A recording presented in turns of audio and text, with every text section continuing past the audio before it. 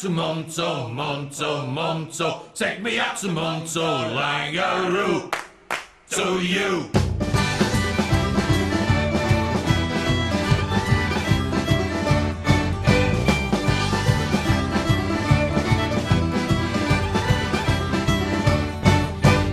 If you got a wingo, take her out to Ringo, where the wax is single all the day. You have to feel a porter and you can't go any further. Just give your man the order, back to the K.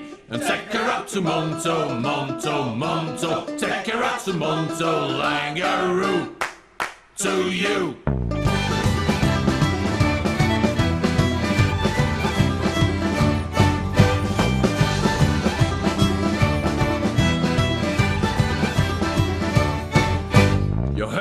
Your froster, a dirty old imposter. He took him on and lost her out the furry glen. He first put on his ball down, he buttoned up his trousers. He whistled for a glower and said, my man, take me out to Monto, Monto, Monto. Take me out to Monto, Langaroo. To you.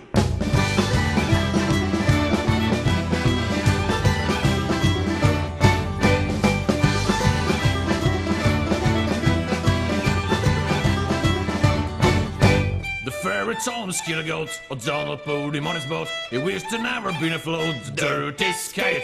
It wasn't very sensible to tell the invincibles. They took aboard the principles day and night. We're going out to Monto, Monto, Monto. Going out to Monto, Langaroo. To you.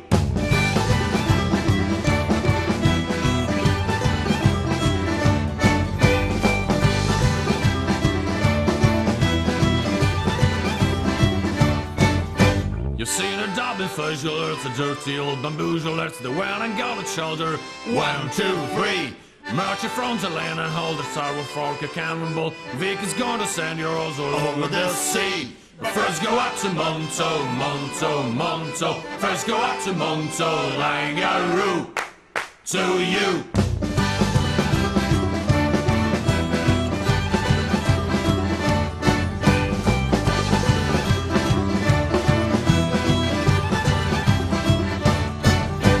When it's Russia, helmed the king of Prussia, landing in a phoenix in a big balloon. They asked the guard about to play the wearing of the green, but the burgers in the deep but didn't know the tune.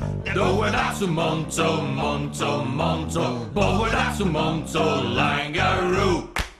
To you.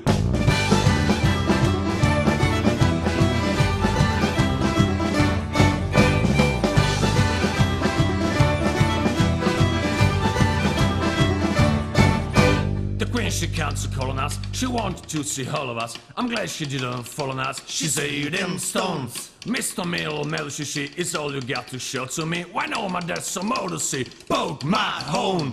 Took her out to Monto, Monto, Monto. Took her out to Monto, Langaroo. To you.